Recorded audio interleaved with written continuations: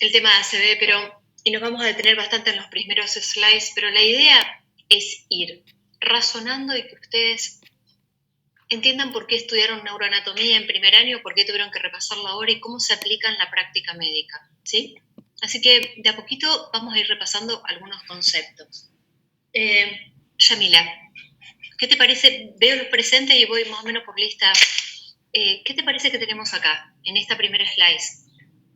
La aorta y las ramas principales.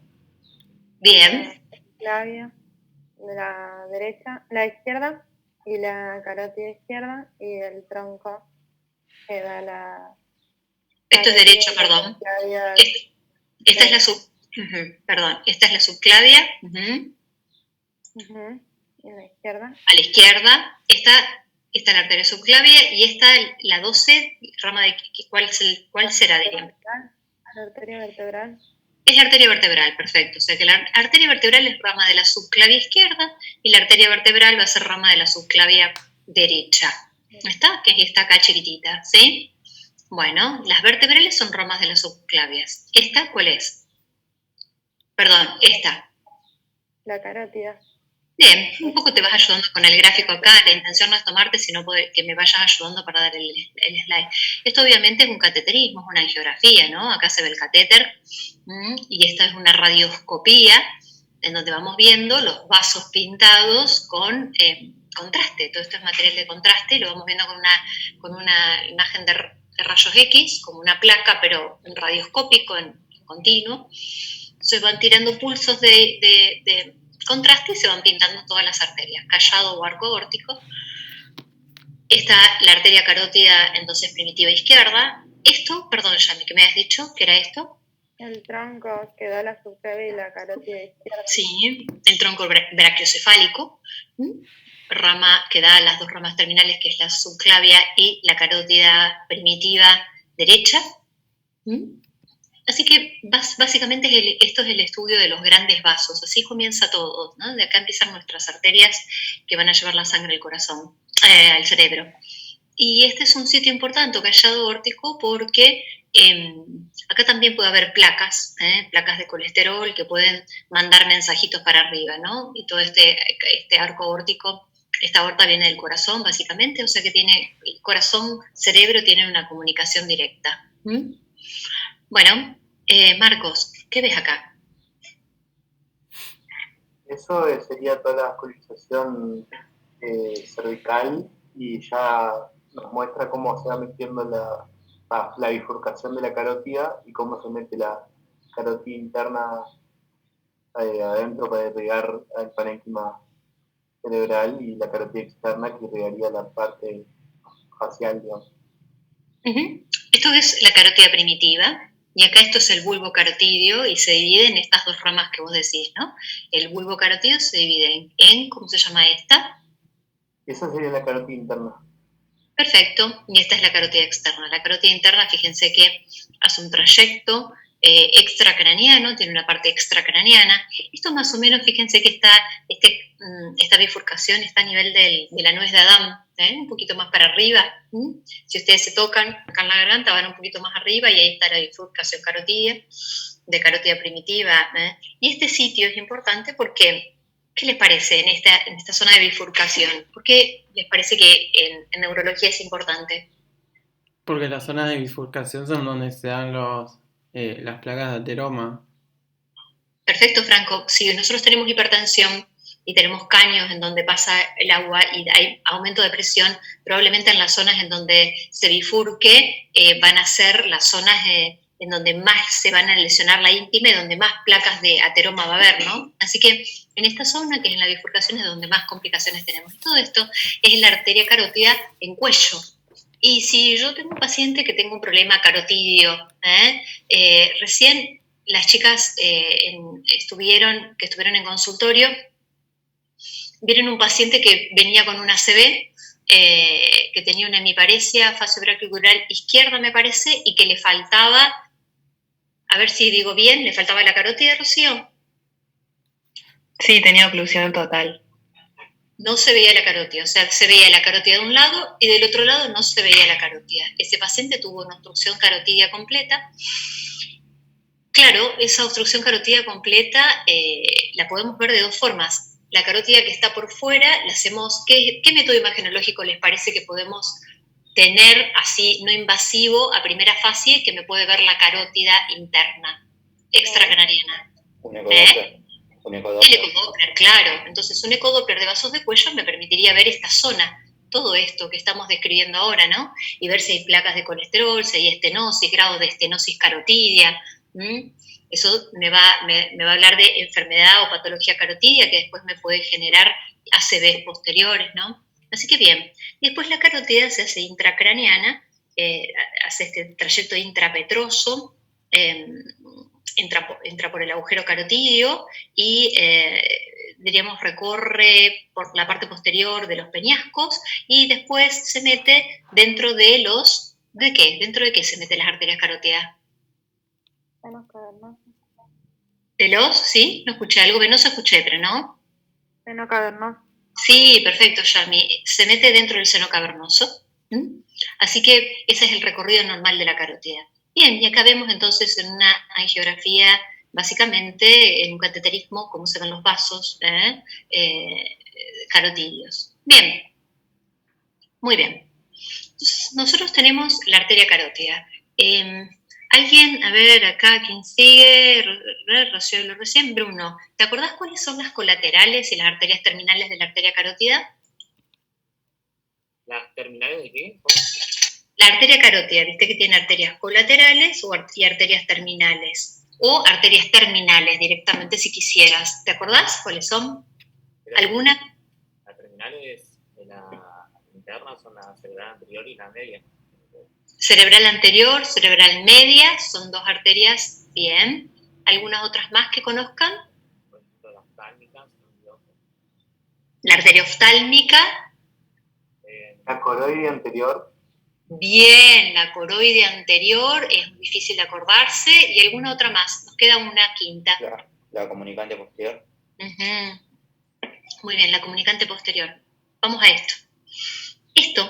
Esta es la arteria carótida que viene, se hace intracraneana, esta es la parte intracraneana, viene, como dijo Yami, por el seno cavernoso, y después, cuando sale del seno cavernoso, la primera rama que va a dar es la arteria oftálmica. La arteria oftálmica es la que va a dar la arteria central de la retina, las células ciliares cortas, la arteria lagrimal, todas las arterias que van a la parte del ojo, ¿no? Va adentro en retina y van por fuera los distintos tegumentos de la cavidad orbitaria. Pero hay algo que les quiero porque clínicamente es fundamental. Fíjense que la arteria carótida, este paciente que vimos hoy, que vieron las chicas hoy, que tiene una obstrucción carotidia y que vino con una hemiplegia. ¿Qué pasó con este paciente? Esperen que ahí admito a Karen. ¿Qué pasó con este paciente? Este paciente relataba que fue a la guardia, consultó varias veces a la guardia porque no veía bien de un ojo, ¿sí? No veía bien de un ojo, pero iba manejando en una moto y cuando iba en la moto perdía la visión, veía que hacía así, no veía con un ojo, y después recuperaba. Y eso le venía pasando varias veces durante la semana, ¿no? Durante la semana vio que tuvo varios episodios con pérdida de la agudeza visual. ¿Cómo se llama eso? Eso tiene un nombre específico. Amaurosis fugax. Exacto. Ese paciente tenía una claudicación de la circulación con una amaurosis fugaz, o sea, esta arteria oftálmica, rama de la arteria carótida, estaba alcahueteando de que estaba claudicando la circulación. Bien, pues este paciente, 2 semanas después, que tenía esas amaurosis que aparecían y se iban, viene con una hemiplegia facio-brachiocrural. Vamos a razonar. A ver, Trini, ¿qué te parece? ¿Dónde se puede haber quejado el paciente de la pérdida visual y dónde tenía su hemiparesia?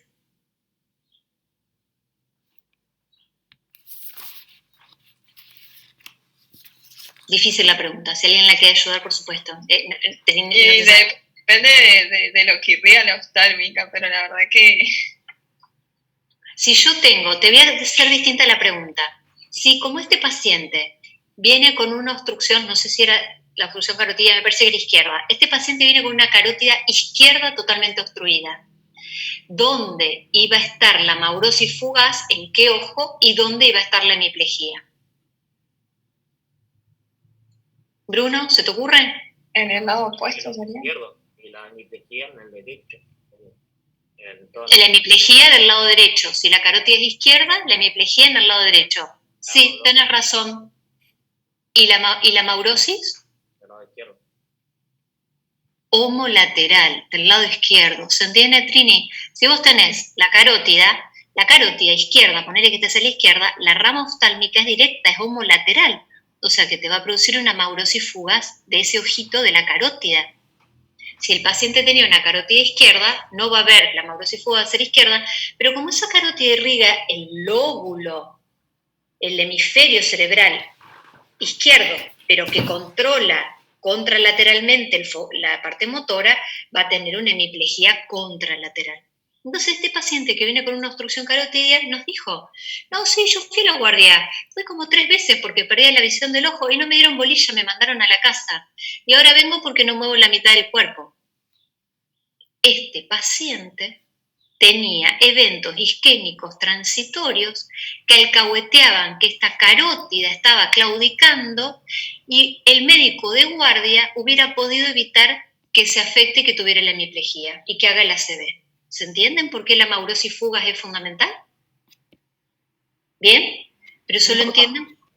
En un paciente que te relata que tiene las amaurosis fugaces, depende mucho también de los factores de riesgo que tenga para tener una placa de ateroma en la carótida, tipo si el paciente fuera diabético. No sé cómo las características clínicas tenía el paciente que vieron ustedes, pero... Rocío, ¿te acordás qué características tenía este paciente? Sí, tenía hipertensión y tenía muchas... ¿Qué pasaba con la hipertensión? No era cualquier hipertensión. Sí, era resistente porque estaba tomando enalapril, hidroclorotiazida, también tomaba simvastatina y anoche... Amlodipina y anoche un episodio de 160 de sistólica. Así que con toda la medicación no bajaba para nada. O sea que si vamos a las clasificaciones de hipertensión, este es un paciente con una hipertensión, no es ni leve ni moderada, es grave, con uso de 3 drogas y a pesar de eso no baja la presión. Eso es un factor de riesgo fundamental para la ateromatosis, ¿no es cierto?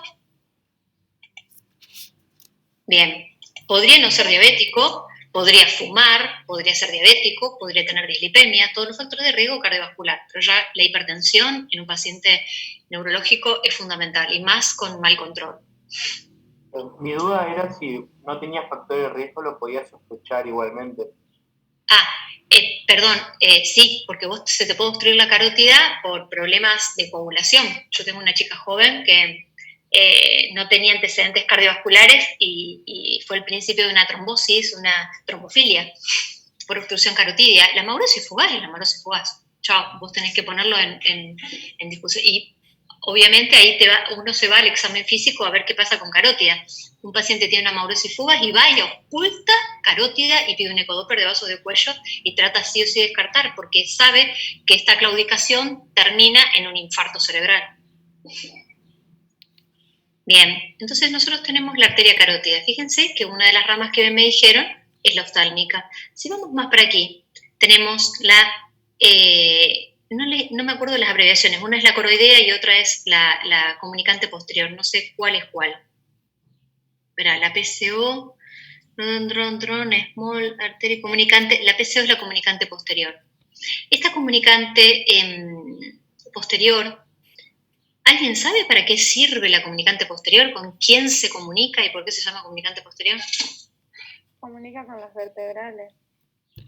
Sí, se comunica atrás, no exactamente con las vertebrales. Repasen un poquito mejor el polígono de Willis, las imágenes que tienen. Cerebrales.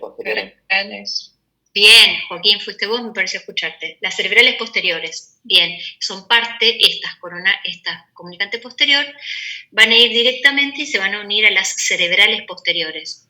Hoy vimos también las imágenes de resonancia, veíamos las 2 arterias vertebrales con la arteria basilar y las 2 cerebrales posteriores, ¿sí?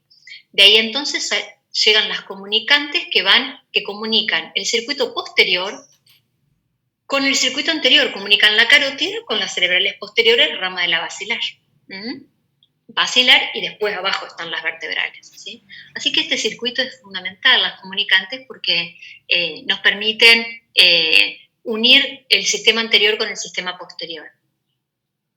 Bien, la coroide anterior. La coroide anterior es una arteria muy importante porque irriga la cápsula interna. La cápsula interna. Ya vamos a repasar un poquito qué era la cápsula interna. Y las dos ramas terminales son, como bien ha dicho Bruno, la cerebral anterior y la cerebral media. Esta es la M, la media. Cerebral media y cerebral anterior.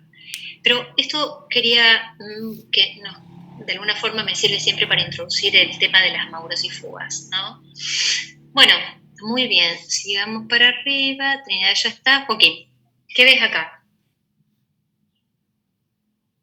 Se pueden observar las cerebrales anteriores, la comunicante anterior y las cerebrales medias. Muy bien. Vamos a tratar de detenernos. Estas son las ramas terminales, cerebral media y cerebral anterior. Esta es la comunicante anterior, ¿sí? Pero esta es la cerebral anterior. Bueno, vamos a ver un poquito. Esto siempre me sirve para detenernos un montón.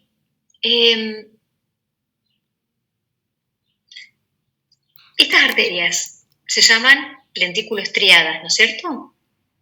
O arterias perforantes o arterias lentículo estriadas. Bien. Fíjense, ¿qué les llama la atención de la arteria cerebral media y de las arterias lentículo estriadas? ¿Hay algo que les llame la atención?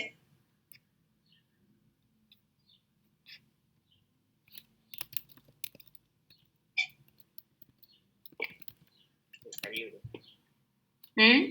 Está libre, la distancia está libre. Bueno, sí, estoy de acuerdo, Bruno. ¿El calibre de quién? De la cerebral media por perforante. A mí me parece, y estoy totalmente de acuerdo, fíjense, si tiene mucho flujo por la arteria cerebral media y tiene que pasar este gran flujo a las arterias pequeñitas, que son las perforantes, ¿no les parece que hay una asimetría en lo que son las paredes, en lo que son los diámetros, que estas arterias tienen que bancar un montón de presión al ser muy chiquititas y con un diámetro tan distinto? Sí, pasa eso. Pasa eso con estas acá. Pasan estos con esta en el sistema posterior. Acá tenemos una arteria basilar y fíjense estas que son las perforantes del tronco cerebral. Hay mucha diferencia de calibre. Quizás estas arterias tienen la pared con células musculares, elásticas, con todo. Y estas chiquititas son unos capilares de Morondanga que tienen endotelio y adventicia nomás, no tienen ninguna otra cosa. Entonces, estos sistemas de presión no están bien hechos en la naturaleza. Por eso los pacientes hipertensos se van a afectar tranquilamente estos, ¿no? Las lentículo estriadas, las perforantes, estas que se llaman de ulnar y otras perforantes, y estas en el sistema posterior. Bien. Estas arterias, que se llaman lentículo estriada, cuando se ocluye una, o sea, la hipertensión, va a generar dos tipos de alteraciones en las arterias cerebrales. ¿Alguien recuerda cómo es en anatomía patológica el daño crónico de la hipertensión que generan las paredes? Hialinosis. Bien, lipohialinosis es un elemento, las paredes empiezan a transformarse y a generar esos depósitos de lipohialinosis que la debilita. Pero esa lipohialinosis, que es ese depósito, termina obstruyendo la arteria, el capilar. Y esa lipohialinosis, típico de los pacientes hipertensos, termina generando pequeñas isquemias lacunares. Lacunares porque son chiquititas y tienen el diámetro de la cabeza de un alfiler, milímetros de diámetro. ¿Sí? Son agujeritos de menos de 1 o 2 centímetros de diámetro. Eso es por la lipohialinosis que produce, como cambio histológico, la hipertensión. Pero la hipertensión produce o lipohialinosis o produce otro tipo de daño característico que puede llevar a las hemorragias cerebrales. ¿Alguien sabe? ¿Son aneurismas? Sí, aneurismas de Charcot, no son los aneurismas que vimos el otro día, esos aneurismas congénitos o adquiridos. Estos son aneurismas, microaneurismas pequeños, que lo que hacen es, los aneurismas de Charcot es, por debilidad de la pared, la hipertensión va dañando, genera dilataciones que se rompen y generan hematomas intraparenquimatosos, típicamente en tálamo, en cabeza del núcleo caudado y en ganglios de la base y en cápsula interna. Típicos hematomas profundos, le decimos nosotros, subcorticales. Así que un hipertenso daña las arterias, estas, las perforantes, de dos formas, generando ACV lacunares o hematomas intracerebrales o por lipohialinosis o por los aneurismas, microaneurismas de Charcot. Entonces, ¿esos aneurismas nos pueden llevar al ACV hemorrágico o no? Eso genera ACV hemorrágico o hematoma intraparenquimatoso, son distintas sinónimos de un ACV hemorrágico. Uno produce ACV isquémico, otro produce ACV hemorrágico. Bueno, ahora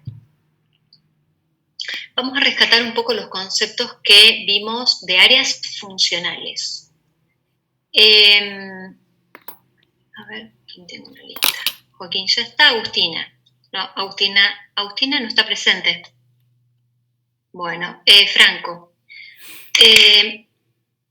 Dentro de, cuando yo les dije estuvimos áreas funcionales, ¿no? Dentro del lóbulo frontal, ¿te acordás algún área funcional que tengamos ahí en el lóbulo frontal? Sí, tenías el área motora más que nada.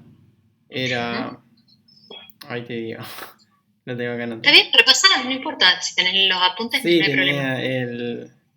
tenía el área prefrontal, el área premotora. Que bueno, que era más que nada lo de la que controla la parte motora. Se veía lo del, me acuerdo lo del homúnculo de Penfield que estaba por ahí, que te daba como que era según la zona, que era lo que controlaba. Perfecto. El área motora primaria, vos dijiste el área suplementaria, un verso el área premotora, el área prefrontal, pero está el área motora primaria, que es donde está el homúnculo de Penfield. El homúnculo de Penfield, todos recuerdan el homúnculo de Penfield, ¿no es cierto? Vieron que tiene una distribución muy particular. El homúnculo de Penfield, si nosotros lo veríamos acá en forma lateral, tiene la cabeza aquí, en esta zona, con la lengua grande representada, viene en esta zona, y si yo, no, esta no me va a servir. Si yo tengo el homúnculo de Penfield aquí, ¿alguien lo tiene? ¿Lo pueden googlear? Yo voy a dejar de compartir, y pueden poner el homúnculo de Penfield, así podemos develar un poquito eso. Dejo de compartir acá, y pongo que todos podamos compartir. A ver, no, ¿qué hice? Volvemos al Zoom, es macana. No, y otra vez todos los participantes, ahí está. ¿Alguien puede subir homúnculo de Penfield? Eso, gracias, Rocío.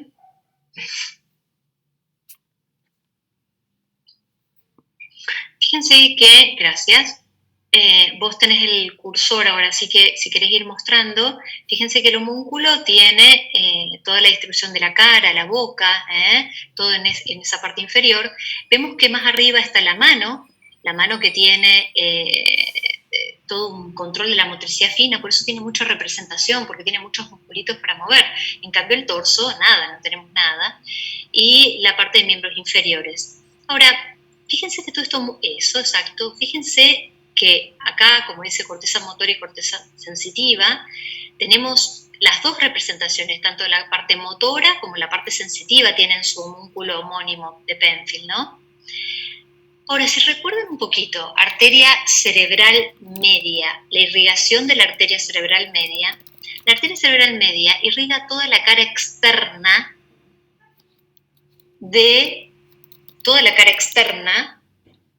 del hemisferio cerebral, la parte frontal, parietal, ya vamos a ver toda la distribución. Esa es la arteria cerebral media.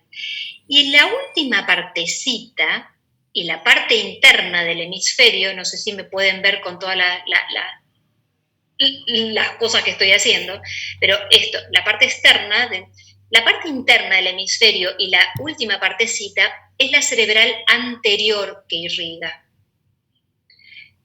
Es así que si yo tengo un paciente con una ACV, con una hemiplegia braquial, principalmente facio-braquial, con muy poco elemento crural, yo sé que eso nosotros le decimos disarmónico, sabemos que la irrigación el problema ha sido de la arteria cerebral media, porque la hemiparesia es facio-braquial principalmente. En cambio, fíjense que las piernas que cuelgan en la parte interna y el torso es más tributo de la arteria cerebral anterior, ¿sí? Así que por esta distribución nosotros más o menos podemos ir sabiendo dónde estuvo el déficit irrigatorio si es asimétrico, ¿sí? Ahora, fíjense dónde está la cara y fíjense abajo de la cara, que dice tongue, es la lengua. Debajo del área motora primaria, ¿qué otra área teníamos? El área de Broca, el lenguaje. Perfecto, Karen. Y no al cohete, tenemos la lengua ahí abajo, cerca del área de Broca, que está por ahí abajo, ¿para qué sirve el área de Broca?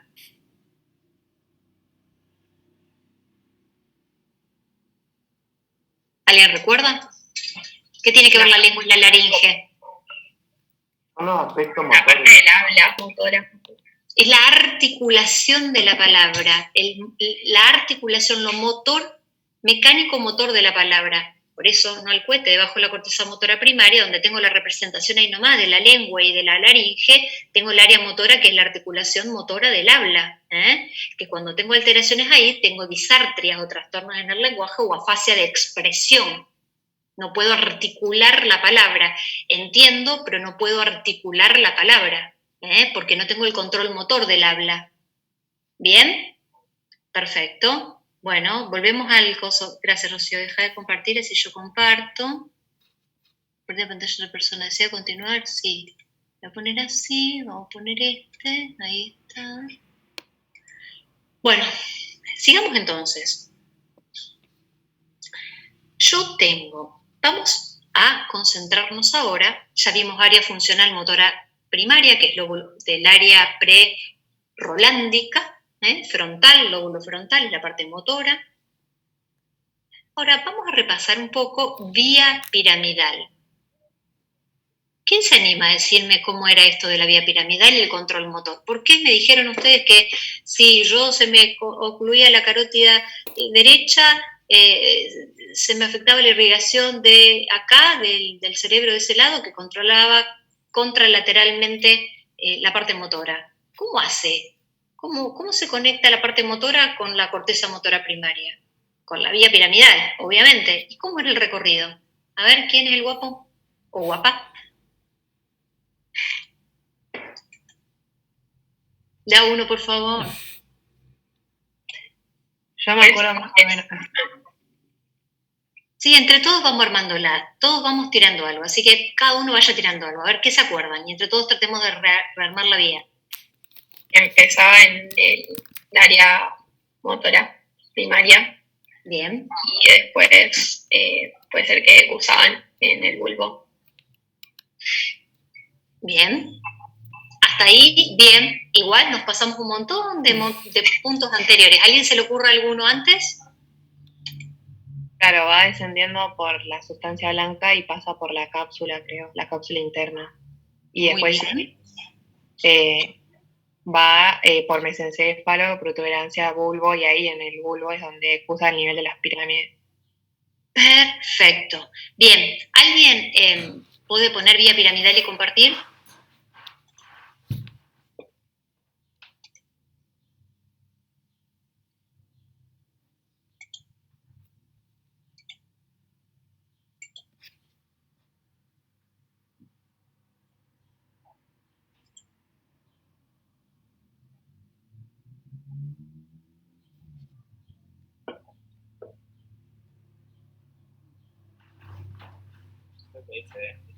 Bárbaro, Bruno. Está bien, ese está bien. ¿Querés ponerlo un poquito más? A ver, para ver. Me gusta más el de al lado. El de al lado Ese está bien. El primero me gustaba. Sí, está bien. El primero no lo había visto. Dale. No sé si lo abro o no. No sé si lo vas a abrir, no sé si te no va a pedir pagar y todo eso. Voy a intentarlo, si no vuelves para atrás.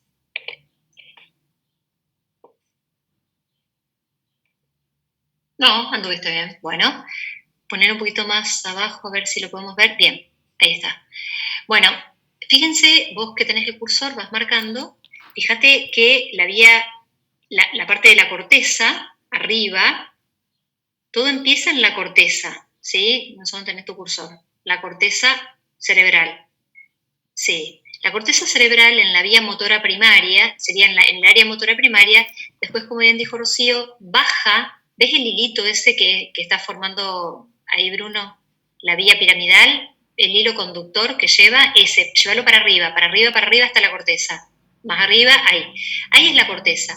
En la corteza motora están las neuronas, que son las células piramidales gigantes de Betz. Son estas células que están en la corteza motora primaria, son las motoras, las neuronas motoras, y que tienen esa distribución de homúnculo de Penfield. Las de arriba controlan los pies, las de abajo la cara con los codos, están organizadas así para mandar los impulsos nerviosos.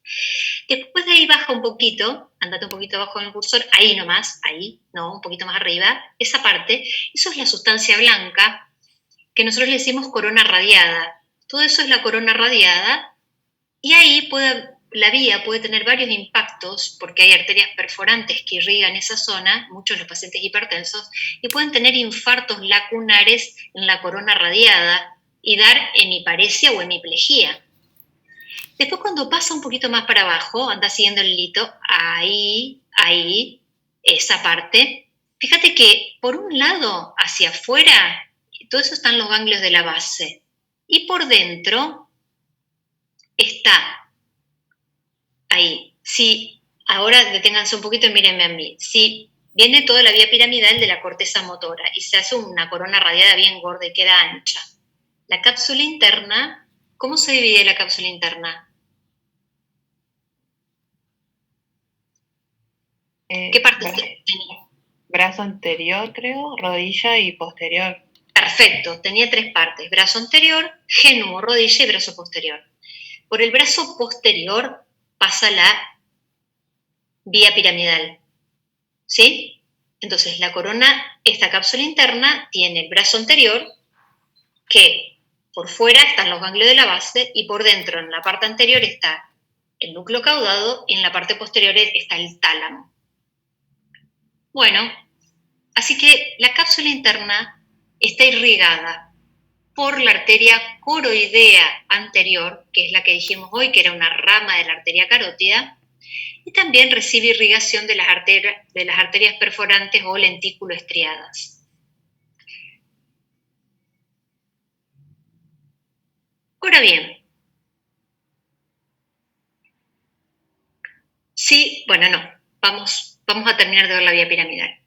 Pasa por la cápsula interna, seguí Bruno con la vía, seguí hacia abajo, esa estructura que si la ven al revés parece el ratón Mickey porque tiene las orejas, y en las orejas está, que se llaman pies del mesencéfalo, los pies del mesencéfalo, pasa la vía piramidal, que es bien por la parte anterior, después va por el bulbo, por la protuberancia, perdón, la protuberancia normalmente se divide en 2 o 3 segmentos, y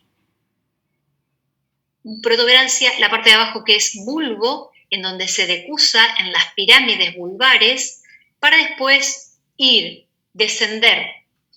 Hay una vía directa que va por el cordón anterior, que va nada más que el 10-15% de la vía piramidal, y después una vía indirecta que va por los cordones laterales, que es la mayoría de la vía piramidal, y van hasta las motoneuronas alfas de la médula en los distintos segmentos.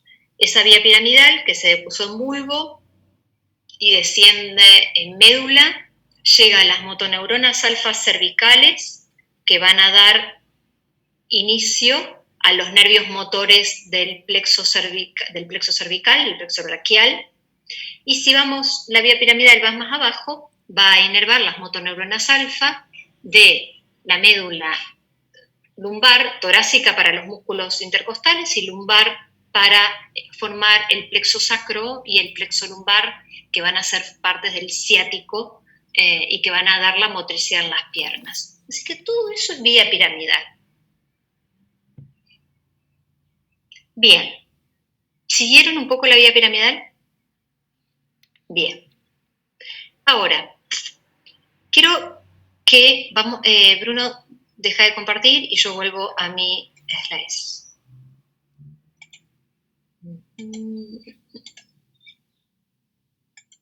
Bueno. Vimos arteria cerebral media, hasta ahí vamos a dejar vía piramidal. Vemos que la arteria cerebral media irriga. ¿Alguien me puede decir más o menos cómo era la irrigación general de la arteria cerebral media? ¿Alguien lo tiene ahí macheteado y me lo puede recordar?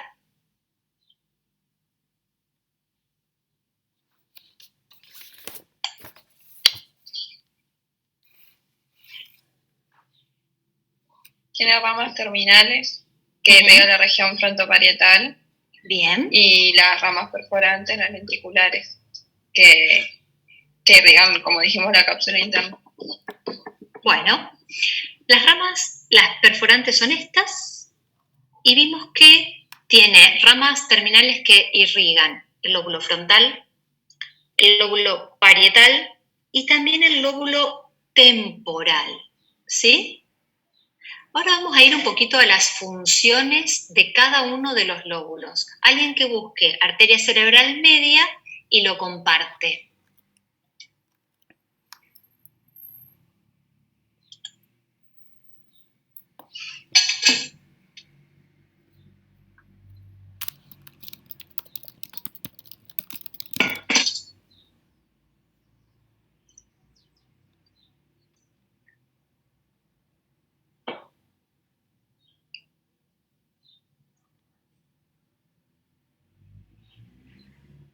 No sé cuál de todas.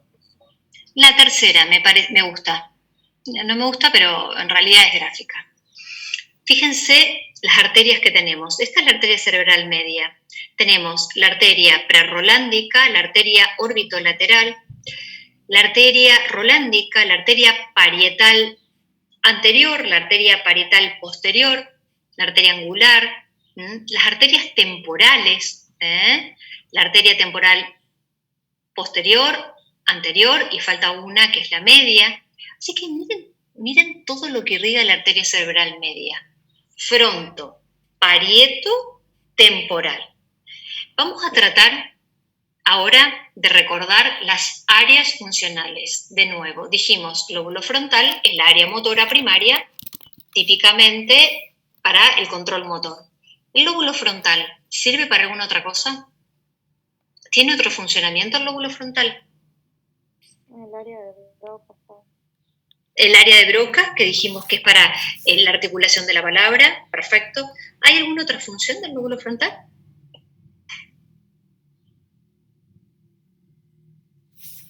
Todo lo que es el comportamiento, la personalidad, esas cosas. Sí, es fundamental. Tiene que ver con lo que le ganamos a los simios, el lóbulo frontal. La evolución del lóbulo frontal es donde reside la inteligencia del ser humano, ¿no? El perfil de personalidad, la capacidad de discernir, la autoconciencia, ni más ni menos. Miren lo fundamental que es el lóbulo frontal. Con las chicas vimos un chico de 18, 20 años que tuvo un accidente de tránsito, como muchos de los jóvenes que andan sin casco, se estrolan, se hacen pelota la cabeza, quedan con una contusión cerebral tremenda, está desplaquetado, se le sacó parte del cráneo para que el cerebro se hinche hacia afuera y no se hernie y se muera, hizo estatus convulsivo, quedó con una hemiplegia, y el problema es que tenía una contusión en el lóbulo frontal derecho, y una contusión en el temporal contralateral. Eso es porque los TEC hacen esto, golpe y contragolpe, y lesionan un lado y el otro. Entonces tenía una hipointensidad izquierda, temporal y acá. Y tenía contuso, ¿no? Tuvo una contusión hemorrágica con sangrado y el cerebro que salía así del cráneo, ¿no? Ese era el pacientito. Ahora vivió. El problema es que, y yo le hice una pregunta a la madre, ¿cómo está con la personalidad? Se ponen como ese hematoma es en el lóbulo frontal, quedan los pacientes, como nosotros decimos, frontalizados. Un paciente frontalizado en neurología es un paciente que pierde los reflejos inhibitorios, pierde lo que es memoria de trabajo, pierde todo lo que nosotros decimos funciones ejecutivas, que la vamos a ver después, un poquito más adelante. Entonces, se les cambia de tal forma la personalidad que se vuelven agresivos verbalmente, físicamente, no tienen filtro, todo lo que piensan lo dicen, se vuelven antisociales porque ya no tienen empatía con la gente. La verdad que es un verdadero problema porque las madres dicen, mi hijo era de una forma antes del accidente y ahora tengo una persona que no conozco al lado, ¿no? Quedan totalmente transformadas, la personalidad se les transforma. Tanto así que este chico viene con risperidona, aparte de los antiepilépticos, viene con risperidona, que es un antipsicótico, para controlar impulsividad. Por eso le pregunté a la madre lo que le pregunté hoy, ¿no? Tremendo. Entonces, con esto ustedes saben que el lóbulo frontal no solamente tiene que ver con el control motor, sino con la personalidad, ¿sí? Dijimos que también irriga la arteria cerebral media el lóbulo parietal. ¿Qué área funcional tenemos en el lóbulo parietal?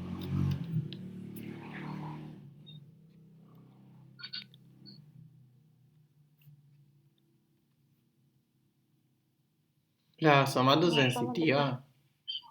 Claro, bien Franco, la somatosensitiva, todas las áreas sensitivas, ¿no? Ahí llega de afuera, de todos los miembros del cuerpo, del tronco, de la cara, todas las sensaciones táctiles, termoalgésica, vibratoria, todas las sensaciones que tenemos, superficiales y profundas, pero sensitivas, básicamente, por distintas vías, la espinotalámica, la propioceptiva, con sus distintos lugares diríamos, llegan las vías, los nervios sensitivos llegan a los ganglios sensitivos, de ahí suben por, ¿no?, los cordones posteriores la propioceptiva, los cordones laterales la espinotalámica que se entrecruza, todo, recuerden anatomía de cordones anteriores. Todas terminan en el tálamo como lugar de relevo y después van a través de la corona radiada hacia la corteza parietal. O sea que si un paciente tiene un compromiso de la arteria cerebral media completa, va a tener una hemiplegia por compromiso facio-brachiocrural y va a tener una ¿qué? Si tiene compromiso del área parietal. Una hemi.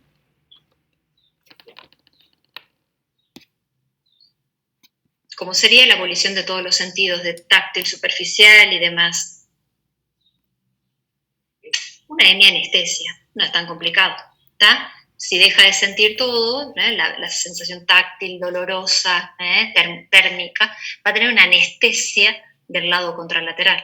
Y esta vía también se entrecruza, o sea que si se me tapa la arteria cerebral media derecha, voy a tener una hemiplegia contralateral y una hemianestesia contralateral. ¿Se entiende? Bueno, sigamos un poquito más. Si yo tengo el área parietal, bueno, ¿qué otra área tengo específicamente en el hemisferio izquierdo que ocupa parte del lóbulo temporal, parte de la corteza occipital y parte de la corteza parietal? ¿De qué área le estoy hablando? Del lado izquierdo solamente.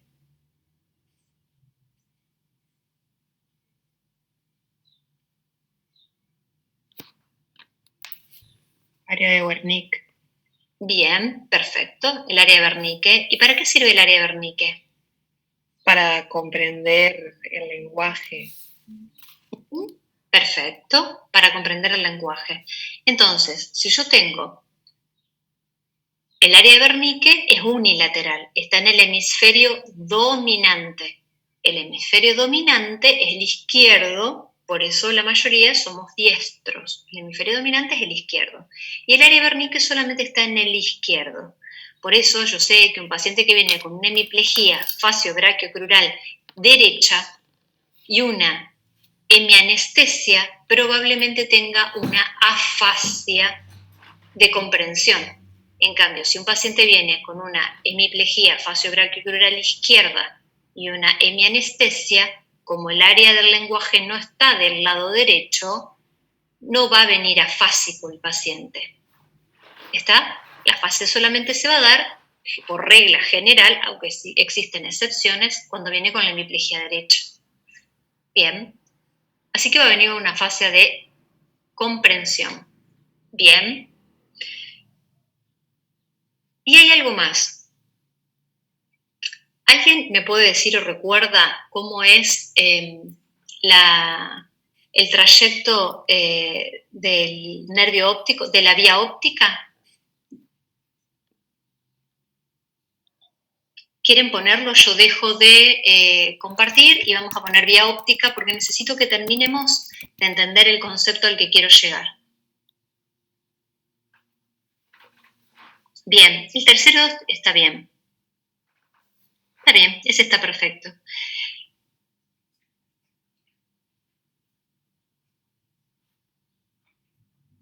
Termina el cuerpo que... Mira qué raro que está. ¿Sabes qué? Preferiría el primero. Me gusta más gráfico. Gracias. Gracias. A ver, entra a ver si se puede agrandar. Capaz que se puede agrandar y no metamos la pata.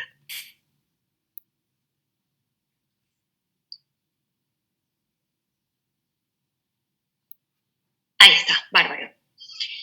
Bueno, vamos a recordar vía óptica. Fíjense, ayúdame con el cursor en la medida que vamos hablando. Fíjense y recordemos que la vía óptica nace de la retina, ¿sí? La retina, tengo una retina temporal, que es la que está pintada de celeste, esa, que ¿qué va a hacer? Va a ver el hemicampo nasal cruzado. ¿Se entiende? ¿Todos me siguen? En cambio, la retina nasal va a ver el hemicampo temporal cruzado. ¿Bien? Perfecto. Sigamos entonces con el concepto. Después, la vía óptica, diríamos, las dos retinas forman el nervio óptico, el nervio óptico que va hasta ¿dónde? Hasta el quiasma óptico, que ahí se vuelven a entrecruzar. ¿Por qué? Porque la parte nasal sigue derecho hacia atrás. La parte nasal sigue derecho hacia atrás. Ahí te entrecruzaste. Fíjate del lado que no está celeste, fíjate del otro lado, que está más fácil verlo. La vía esa, la vía, la retina temporal, esa, anda hacia atrás, fíjate que sigue derecho hacia atrás, ¿sí? En cambio, la retina nasal, fíjate que ahí sí se entrecruza al lado contralateral. Muy bien. Y ahí vamos un poquito, y acá está más grande el quiasma óptico en este otro dibujo al lado, ¿sí? Fíjense dónde está el quiasma óptico, dónde se apoya, qué es ese reparo óseo que se ve ahí adelante y ahí atrás. ¿Qué hay ahí? ¿Qué podrían decirme ustedes que es ese reparo óseo? La silla turca. Es la silla turca, claro. Entonces, si yo tengo un paciente con un macroadenoma de hipófisis, un tumor de hipófisis, y empieza a agrandar y comprimir las estructuras cercanas, ¿qué me va a comprimir directamente? El quiasma. Claro, el quiasma. Entonces, fíjense, si me comprime el quiasma, me va a comprimir justo donde se entrecruzan las dos fibras que vienen tanto del ojo izquierdo como derecho de la retina nasal. ¿Se entiende que son las que se entrecruzan? Fíjense en este grafiquito, en el de al lado ahora, en el de al lado de nuevo. Tenemos la vía celeste, ¿sí? Del otro lado. Esa, la retina nasal, se entrecruza del otro lado. Y la retina nasal del otro ojito se entrecruza para el otro lado. Si yo tengo un tumor de hipófisis, se afecta ese entrecruzamiento. Entonces, ¿qué tipo de mianopsia voy a tener? ¿Qué campo visual no va a ver el paciente si tengo las dos retinas nasales afectadas? ¿Qué hemicampos no va a tener? No va a ver. y temporal de los dos ojos. Bien. Entonces, si yo viene un paciente y me dice, doctora, no veo. ¿Cómo que no veo? Sí, no veo. Bueno, a ver, no veo de acá y no veo de acá. Bueno, vení, vamos a hacer un control de segundo par, vamos a ver cómo está, y vamos a hacer un examen por confrontación, como vieron y repasaron con par craneal. El examen por confrontación, lo que hacemos es ponernos frente al paciente, yo cierro mi ojo, le cierro el ojito, el mismo ojito al paciente, y empiezo y veo los hemicampos superiores, le digo, ¿usted ve o no ve? ¿Ve qué dedo muevo? Y me dice la mano derecha. Ajá, y le digo ahora, ¿qué dedo muevo? No veo. Bueno, vamos a los hemicampos inferiores. ¿Qué dedo muevo? Y adentro, los derechos. Ajá, y ahora, ¿qué dedo muevo? No veo que esté moviendo. O sea, el paciente no está viendo los campos temporales. Bueno, tapate el otro ojo, le digo ahora. Yo me tapo este y se tapa el otro y tenemos el mismo ojito enfrente. Y le digo, bueno, a ver los hemicampos superiores. ¿Qué dedo muevo? No sé si me ven, el derecho y no ve el izquierdo. Bueno, y abajo lo mismo. Ahí me doy cuenta por confrontación grosera que no está viendo los hemicampos temporales. Automáticamente digo, los hemicampos temporales son las retinas nasales, son las que se entrecruzan en el quiasma. Te pido una resonancia para ver hipófisis con cortes finos en silla turca. ¿Se entiende por qué es fantástico conocer vía óptica? ¿Está? Bueno. Y no necesitan más que eso. Bien. Vamos a entender para qué estudiaron vía óptica, otro elemento semiológico más que les puede servir. Dijimos recién, estabas mostrándome con el cursor, en el quiasma óptico. Fíjense que del quiasma óptico salen las cintillas ópticas. Van hasta un punto, que ahora no está, pero es los cuerpos geniculados, chiquititos. Cuerpos geniculados. De los cuerpos geniculados salen las radiaciones que ven que hacen como una pancita. ¿Hacia dónde? ¿A dónde terminan? Y está en el otro gráfico de la corteza. En la corteza visual occipital. Va a la corteza occipital por arriba y por debajo de la cisura calcarina. Fíjense que justo está la cisura calcarina ahí en el dibujito de la corteza occipital. La cisura calcarina es esa cisura horizontal, si vos la podés marcar con el cursor. No, atrás, es atrás, en el polo occipital. Ahí estás adelante. Eso es el polo occipital. Esa es la cisura calcarina y las radiaciones ópticas llegan por arriba y por debajo de la cisura calcarina. Bien. Esas radiaciones ópticas pasan por el lóbulo temporal. Cuando hace esa pancita, pasa por el lóbulo temporal, esa pancita, antes de llegar a la corteza occipital. Muy bien. ¿Por qué les explico todo esto? Gracias por compartir. Dejar de compartir ahora, si puedo entrar yo. ¿Por qué estábamos... Ay, les comparto, pero no les veo la carita. Ahora me aparece. ¿Por qué es importante esto? Porque dijimos que la arteria cerebral media daba irrigación al lóbulo frontal con la corteza motora primaria. Se lo voy a repetir hasta que se lo aprendan de memoria. La corteza parietal, que es toda la parte sensitiva. Si es del lado izquierdo, es el área de Wernicke con el área del lenguaje. Y como irriga el lóbulo temporal, la parte externa, la parte lateral, le decimos, afecta esas cintillas, esas radiaciones ópticas y da hemianopsia. ¿Está? Hemianopsia. Esas cintillas, nos fuimos de la vía óptica, pero esas radiaciones ópticas, ¿de dónde le venían a esas radiaciones ópticas las fibras? Esa radiación óptica, pónganle del lado derecho, le venían las fibras del mismo lado de la retina temporal que ve el campo nasal. Y le venía del otro lado de la retina nasal que ve el campo temporal. O sea que le vienen las fibras de los dos hemicampos, nasal y temporal, del otro lado.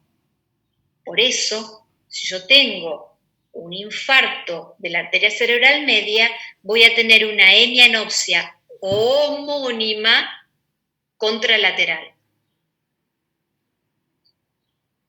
¿Se entiende?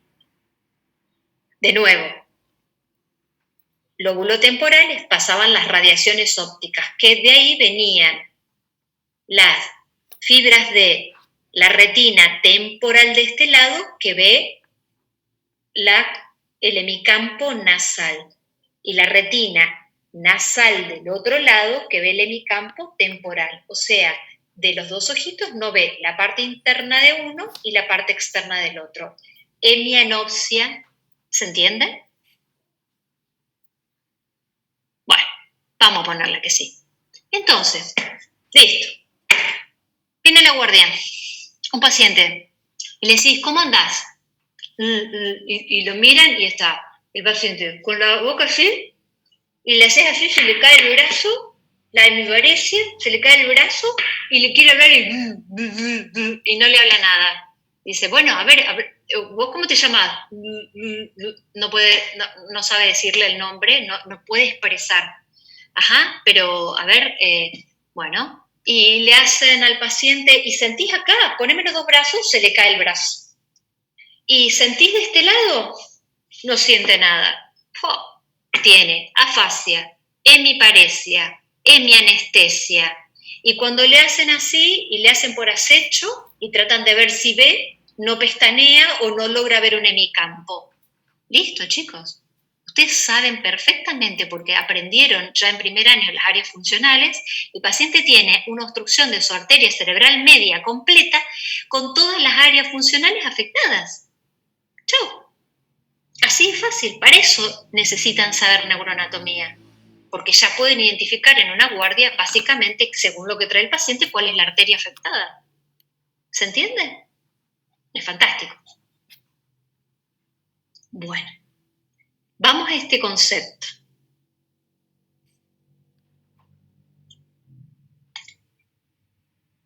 Si yo tengo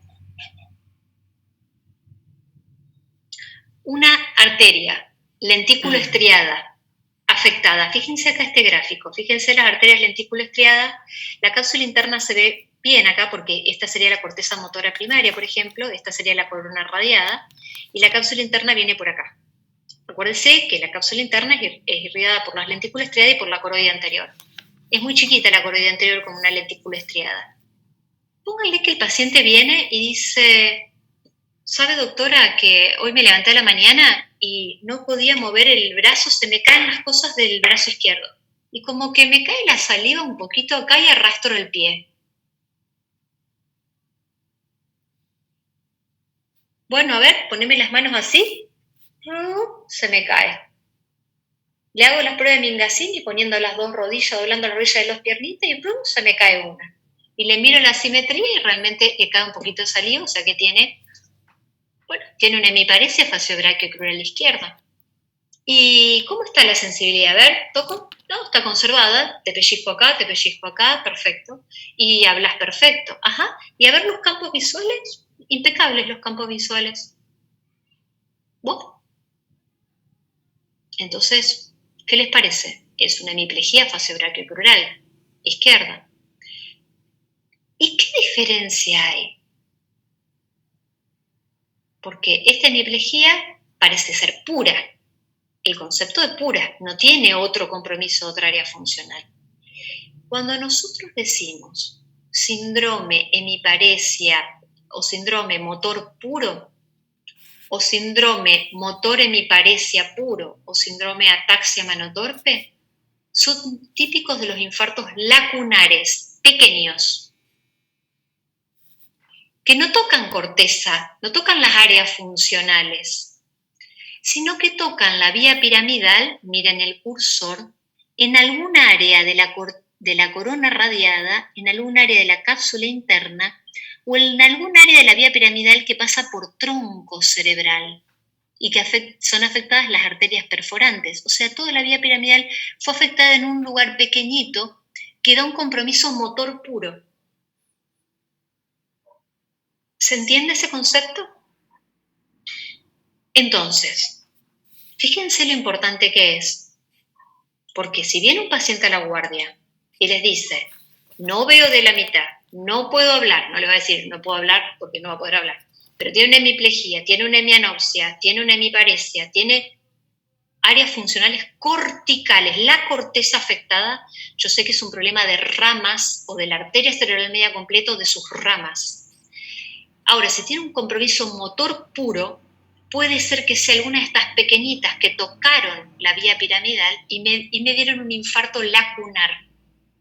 Lo otro es un infarto hemisférico, de hemisferios cerebrales grandes, generalmente arterias grandes, con sus terminales y colaterales, y estas son pequeños puntos, infartos estratégicos, chiquitos que tocaron a la vía piramidal en algún lugar de su trayecto.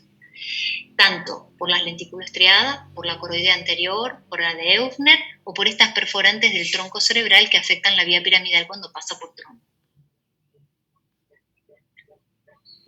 Es hermoso lo que les estoy contando. ¿Por qué? Porque ustedes en una guardia saben si probablemente sea un infarto lacunar o un infarto hemisférico. Saben localizar y saben todo por la neuroanatomía. Lo mismo, si el paciente solamente tiene un hemisíndrome sensitivo, va a ser lo mismo, un infarto pequeñito en la corona radiada o en la parte, diríamos, en el tálamo, o en algún área que toque la vía sensitiva, ¿no? Bien. Todo sin tomografía ni resonancia. Ustedes clínicamente pueden saber qué grado de lesión, qué amplitud va a tener la lesión, qué vaso está comprometido, la localización, todo solamente por el interrogatorio y el examen físico. ¿Qué tú? Bueno. Bien.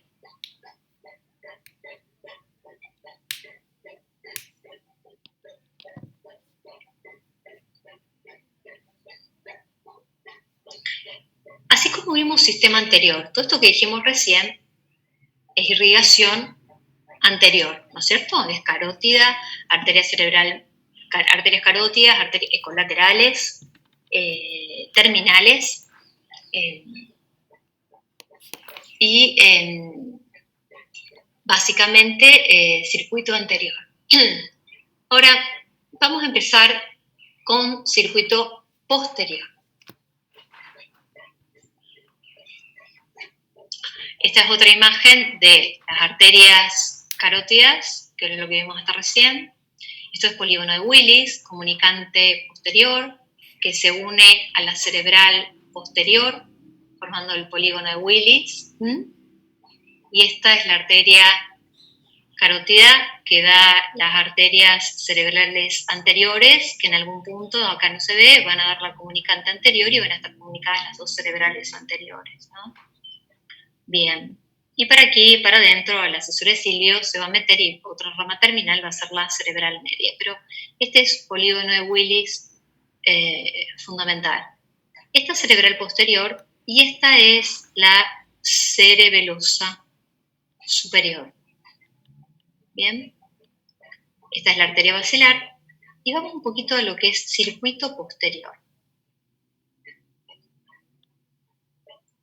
¿Cómo está conformado el circuito posterior? ¿Qué es lo que vemos acá? ¿Quién se anima a describirme esto? ¿Dónde nacen? Habíamos visto callado aórtico, las dos arterias vertebrales, y estas son las dos arterias vertebrales. ¿Quién me puede explicar un poquito esta parte?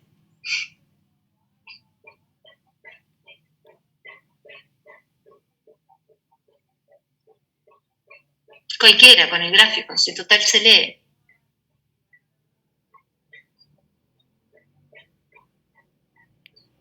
Se originan de...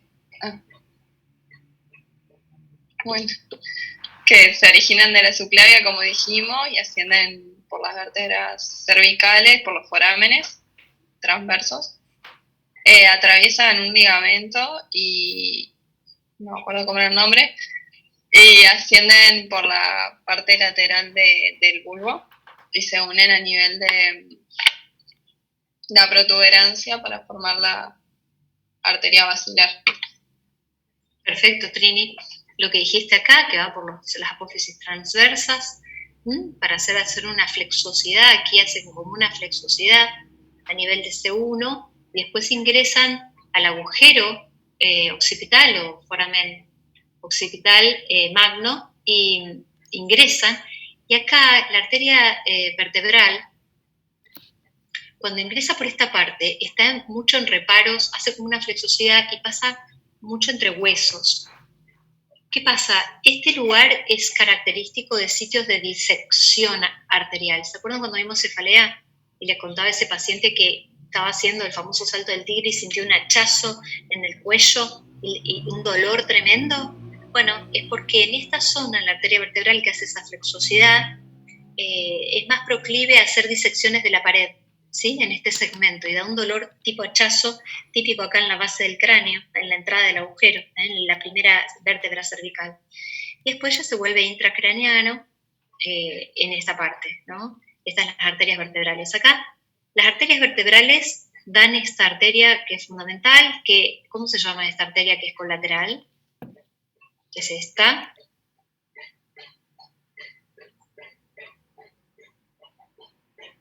Esta se llama pica, arteria cerebelosa, póstero inferior. La pica es rama de la arteria vertebral, ¿sí? Bien, ahora, esa pica, ¿qué les parece que irriga? ¿Qué territorio recorre? ¿Qué es lo que están viendo ahí?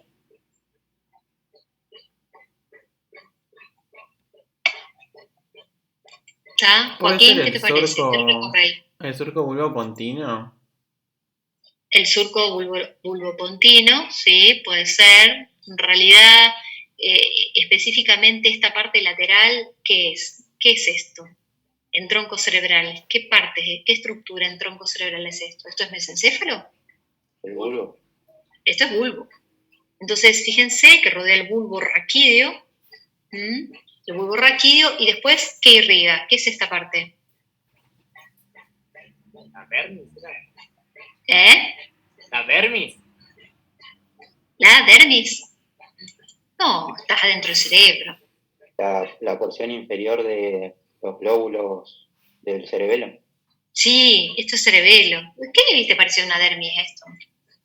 No. Bien, entonces viene por la pared lateral del bulbo y irriga la parte inferior de los hemisferios cerebelosos. Esto es cerebelo, ¿sí? Si la vemos acá, la arteria vertebral da estas ramas que se llaman picas, que son las famosas picas, y que irrigan el cerebelo y la parte lateral de bulbo. Bueno, dentro de pares craneales, en el bulbo raquídeo, ¿qué pares craneales hay? ¿Qué pares craneales conocen? Franco. Agarro la lista, no los tengo identificados por carita, así que le toca a cualquiera. Franco. ¿Qué te parece que...? Ajá. Puede ser, según tengo entendido, trigémino facial. Eso, Y... a ver, ¿están todos de acuerdo que el trigémino y el facial están en bulbo? Protuberancia. Sí, son de protuberancia. Eso te fuiste un poquito más arriba. En protuberancia está séptimo, quinto, cuarto, bien. ¿Y en bulbo qué estará? Chami, Marcos, Rocío, Bruno. Accesorio, vago. Gloso. Bien. También. Bien. El vago es el 10º par, el glosofaringio es el 9º. ¿Qué más? El hipogloso. El hipogloso, que es el 12º. Muy bien. Muy bien. Así que básicamente tenemos 9, 10, 11, el espinal y el 12. ¿Está? O sea, son los famosos pares bajos. Así le decimos, pares bajos. Eso está en bulbo. Bueno, los pares bajos. Entonces vamos a tratar de entender un poquitito qué hacen estos pares bajos. El glosofaringio. ¿Para qué sirve el glosofaringio? ¿Qué hace? ¿Qué hacía? El 9º. Inerraba la sensibilidad del tercio posterior de la lengua. Sí. Y la faringe. ¿Y no te escuché ahí, la qué? La faringe, el velo del paladar. Bien, perfecto. La faringe y el velo del paladar. Entonces, son pares craneales que van directos, ¿sí? El glosofaringio no va. Entonces, yo tengo un paciente que se le tapa la pica, que irriga toda la parte lateral del bulbo y que me afecta a los pares bajos. En esos pares bajos está el glosofaringio o el noveno. Y como bien dijiste, el noveno irriga el velo del paladar y la faringe. ¿Qué le va a pasar a ese paciente que se le tapó la pica? Va a tener disfagia, orofaringe. Sí, disfagia, se va a ahogar con los líquidos, disfagia no, se va a ahogar con los líquidos y se va a atragantar con su propia saliva. ¿Y vos cómo lo podés objetivar? ¿Cómo hacemos para evaluar el velo del paladar y la parte posterior? No era con un bajalengua tocar el ¿Sí? velo del paladar y la pared posterior de la faringe tenía que ver el reflejo nauseoso. Perfecto, entonces le voy a agarrar el palito del bajalengua, le voy a abrir y decir diga y voy a ver que un velo del paladar va a ser así y el otro no se va a mover. Eso es porque el glosofaringio, que es el noveno par que está en bulbo raquídeo, se afecta y me da alteración en el velo del paladar. Entonces yo cuando veo que ese paciente me dice, doctora, y me hago mi propia saliva, no sé qué me está pasando, está medio así, entonces agarro, le va y veo que no tiene excursión del velo del paladar. Este tiene un glosofaringio par bajo, bulbo, raquídeo. Bien, ahora, si encima ese paciente me dice, no puedo tragar bien, y vemos que tiene un compromiso del hipogloso. ¿El hipogloso para qué sirve? ¿Qué hace? El duodécimo. Va, el músculo de la lengua. Sí, muy bien, Yami, músculo de la lengua. Entonces el paciente le voy a decir, a ver, le voy a poner la mano acá en el cachete y le voy a decir, empújeme el cachete con la lengua, bien, y voy a ver de este lado, empújeme el cachete con la lengua y voy a ver si tiene fuerza de este lado de la lengua, o le voy a pedir al paciente que saque la lengua para ver si se va para un lado y para el otro, porque tiene afectados los músculos motores de una mitad de la lengua. ¿Está? Bien, todo eso es típico de pares bajos. El paciente se ahoga, se atraganta, no puede tragar, está disfágico, está disfónico, le cambió, todo eso es típico de compromiso de bulbo. Ahora, si la pica también irriga la parte inferior del cerebelo, Trini, Joaquín, Agustina o Franco, ¿para qué sirve el cerebelo? ¿Cuáles son las funciones del cerebelo? Equilibrio, coordinación. Muy bien, el cerebelo sirve para el equilibrio, para la coordinación y para el tono muscular. Automáticamente decimos cerebelo y ustedes tienen que nombrar las 3 funciones del cerebelo, ¿sí? Recordando neuroanatomía de primer año. Perfecto. Ahora, ¿cómo puedo objetivar que un paciente tiene compromiso del cerebelo? ¿Cómo va a venir clínicamente? Vamos con semiología de tercero. ¿Cómo aparece un paciente que tiene un síndrome cerebeloso? ¿Cuál es la clínica? Con una marcha táxica.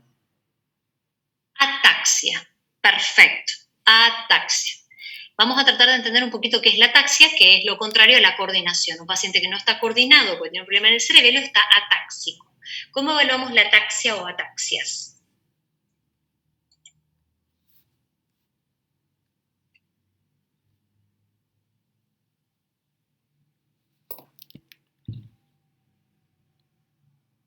Semio tercero, vamos.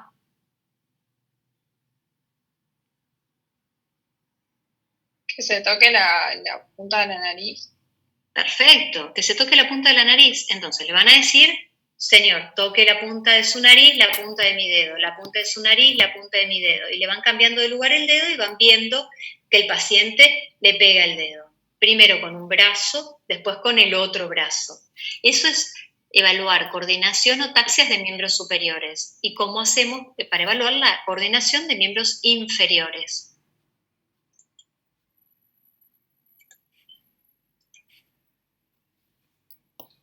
¿Cómo se llamaba la maniobra semiológica?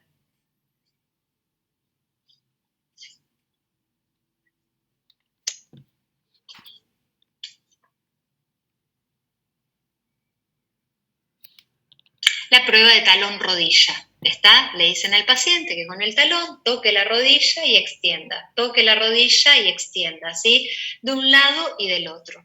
Eso es para ver taxias de miembros o coordinación de miembros. Gurises, esto va de entrada en un examen final o en un examen de rotación. Así que esto así me lo tienen que tener. ¿Para qué sirve el cerebelo? ¿Cómo se evalúan taxias? ¿Cómo es el examen neurológico de taxias? ¿Está? Entonces, ahora esto lo van a tener que repasar y tener bien fresco cuando rindan. Así que a tenerlo presente. Taxias, coordinación de miembros superiores y miembros inferiores. ¿Está? Bien, tienen que recordar que el cerebelo, los hemisferios cerebelosos, como les muestro acá con el cursor, coordinan. El hemisferio cerebeloso izquierdo coordina el miembro superior izquierdo y el miembro inferior izquierdo. Coordinan miembros. Homolateral, o sea, el izquierdo coordina el hemicuerpo izquierdo. El derecho coordina el hemicuerpo derecho.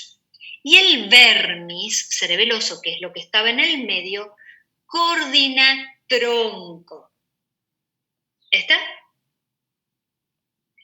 Entonces, yo, para evaluar hemisferios cerebelosos, hago las pruebas de índice nariz y talón rodilla. Pero para evaluar vermis, tronco, lo evalúo con Romberg, con la marcha de pie, de estar de pie. ¿Está? Si es Romberg positivo o negativo, me va a hablar de cómo está la coordinación de tronco. ¿Se entiende?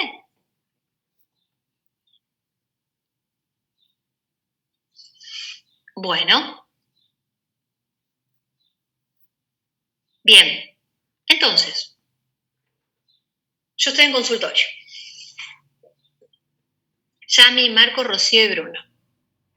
Estoy en consultorio. ¿Cómo va a venir un paciente que tiene una ACV con compromiso de la pica?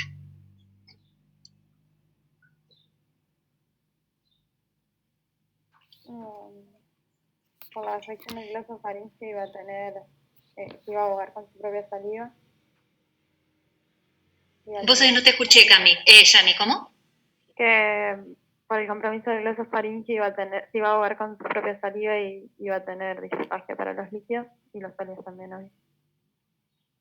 Y también en coordinación de una parte del cuerpo, si haces la prueba de los índices o talón, rollo talón, te va a dar mal. Perfecto. Así que el paciente va a entrar por esa puerta y va a venir así tipo borracho, con las patas abiertas, con los brazos así, me lo van a traer, va a decir, doctora, no sé qué me pasa, te juro que no tomé nada de alcohol, pero estoy a los tumbos, estoy que me caigo. Y es como que estuviera borracho. No se olviden que cuando uno toma alcohol, se intoxican las células de Purkinje, que son las células del cerebelo. O sea que en realidad tiene razón, es como estar borracho. La ataxia es la del borracho. Entonces el paciente va a venir ataxia, va a venir con las piernas abiertas, con aumento de la base de sustentación, a las caídas, a los tumbos, alguien lo tiene que ayudar porque si no se cae. ¿Está? Incoordinado, con índice de nariz, con la prueba de talón rodilla, con el Romberg, y totalmente incoordinado y encima se viene ahogando, va a estar disfágico, disglúsico. ¿Está? Listo, chicos, eso es pica. Y encima puede tener alguna leve hemiparesia o hemianestesia por afectación de las vías piramidales o de coso que aparece por ahí. Eso es pica. Eso se llama síndrome de Wallenberg, típico para nosotros. ¿Sí? Yo ya sé. Y como el cerebelo es directo, si yo tengo una incoordinación del hemicuerpo derecho, yo sé que la ACV es de la pica derecha, porque el hemisferio cerebeloso coordina homolateralmente. No es como en el cerebro, que es contralateral. Acá es homolateral. La ataxia me marca el sitio de la lesión. ¿Se entiende? Bien.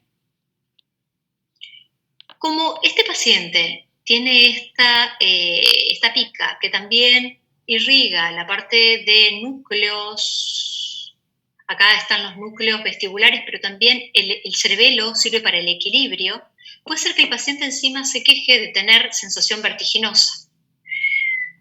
Todo le da vuelta. Doctora, estoy medio como borracha, pero aparte tengo que las cosas me giran. Eso es un síndrome vertiginoso central. ¿Se acuerdan que cuando vieron en algún momento los síndromes vertiginosos pueden ser periféricos por problemas de los laberintos o centrales por problemas irrigatorios a nivel de los centros que comandan todo este circuito vestibular? Entonces, una ACV de la pica me va a generar una falta de irrigación en los núcleos del flóculo nódulo del cerebelo, que son 2 núcleos que sirven para el equilibrio, y dar vértigo. Y eso sería un vértigo de origen central. Me dan pares bajos, me dan ataxias y un síndrome vertiginoso. ¿Bien? Bueno, muy bien. La ICA, la colateral de la arteria basilar, se llaman AICAS, son estas, arterias cerebelosas antero-inferior, pueden dar un síndrome atáxico también y un síndrome vertiginoso típicamente. Y si nos vamos más arriba, las arterias cerebelosas superior también irrigan el cerebelo y pueden manifestarse como ataxia, ¿sí? La ICA también podría darme un quinto par, porque fíjense qué pasa, irriga, está en la unión bulboprotuberancial y da ramitos al nervio, al trigémino, también da ramas a la arteria, da como colateral la arteria laberíntica, así podría dar un síndrome vertiginoso. Así que ataxia y vértigo son centrales, son patrimonio de la pica, la AICA y la cerebelosa superior, ¿sí? Bueno, y para terminar, las cerebrales posteriores, que son rama de la basilar, me irrigan el lóbulo occipital, derecho e izquierdo, y puede darme ceguera cortical porque, como sabemos, el área funcional del lóbulo occipital es el área visual, ¿no? El área visual la tenemos en el lóbulo occipital. Así que cualquier afectación de la cerebelosa podría darme afectación de la corteza y como específicamente la arteria cerebral posterior me irriga las radiaciones ópticas antes que la corteza, me va a dar típicamente una hemianopsia muy característica. Bueno, terminado neuroanatomía. Bien, los felicito porque han pasado, es 1 hora y cuarto, parecía un siglo, pero neuroanatomía es así. La idea es que si ustedes entienden esto, van a poder entender ACV. Si ustedes me repasaban áreas funcionales, circulación, polígono de Willis, carótidas, arterias vertebrales, pares craneales, podían más o menos entender esta clase. Si ustedes no recuperaban esos conceptos, entendieron más o menos la clase, no iban a entender ni jota si no recuperaban esos conceptos. Bien. Vamos a cortar acá porque fue bastante intensa. El viernes yo no voy a estar. Entonces tengo la dificultad de cuándo voy a poner la próxima clase de neurología. Porque el jueves es feriado y el miércoles ustedes tienen, no puedo darles la clase, o sea, mañana, porque tienen un montón de teóricos. Es más, yo mañana le voy a dar un teórico, mañana a la mañana, un práctico, no un teórico.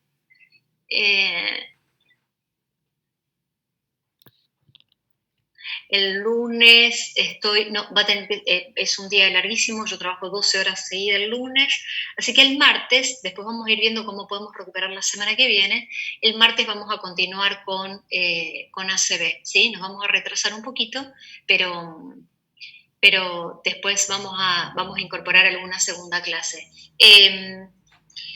¿Qué es lo que viene para el próximo martes? O sea, básicamente ahora ustedes van a poder clasificar ACV en lacunar, en hemisférico. Profe, Sí. ¿a usted le molesta dar la clase el jueves? El jueves, lo que pasa es que el jueves yo estaría de viaje, yo no les puedo dar el viernes porque aprovecho este viernes y me voy el jueves. Entonces, salvo que yo pueda tener señal y dárselo por el celular, pero me parece que es una clase medio compleja para yo estar viajando y dársela. No pasa nada. Nosotros para no atrasarnos tanto. Déjame pensar. Profe, nosotros mañana salimos de cursar al mediodía, o sea que podría llegar a ser una clase a la tarde. Ajá, y Pero mañana digamos, cursan toda la mañana y tienen, Hasta ¿qué, las 9 de la ¿qué tienen tarde. libre? cursamos Hasta las hasta 9 de la las... tarde. Ajá, hasta un poquito antes, seguro de las 2. 1:30 capaz salimos.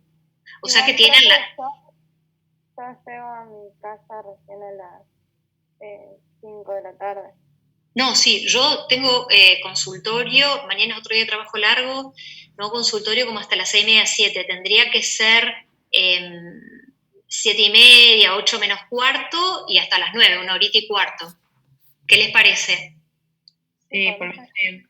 Pero no sé si vamos a llegar a estudiar todo. Bueno, está bien, porque el problema es mío, vamos a tratar de hacerlo conjuntamente, ¿está?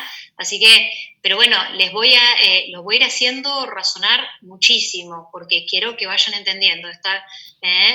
Traten, si tienen un huequito, si es yo termino 7, 7:15, apenas llegue al consultorio me enchufo, yo les voy mandando mensajes, y traten, aunque sea de ojear la clase en 20 minutos, ojear la clase que está subida al entorno, porque entonces no llegan tan mochitos, sino que tienen algún concepto previo y les va a ser más fácil entender por qué ACB es tan importante, que sería bueno que aunque se ojeen para que sepan de qué vamos a hablar. Y vamos a dar una clase de 1 hora y cuarto. ¿Les parece? ¿Están todos de acuerdo? Sí, perfecto. ¿Sí? Sí, profe. Bueno, perfecto, si no nos atrasamos. Bueno, igual nos vemos mañana a la mañana. Esta semana voy a hacer figurita repetida, dirían los chicos. Mañana a la mañana, como son tantos, no podemos hacer algo práctico en neurología. Voy a darles Parkinson, ¿está? Trastornos extrapiramidales y Parkinson. Así que nos vemos mañana a las 10 de la mañana, allá. ¿Bien? Vale. Bueno, chicos, nos vemos mañana. A cuidarse. Gracias. Les pregunto, Federica no la vi hoy. Y No, a estaba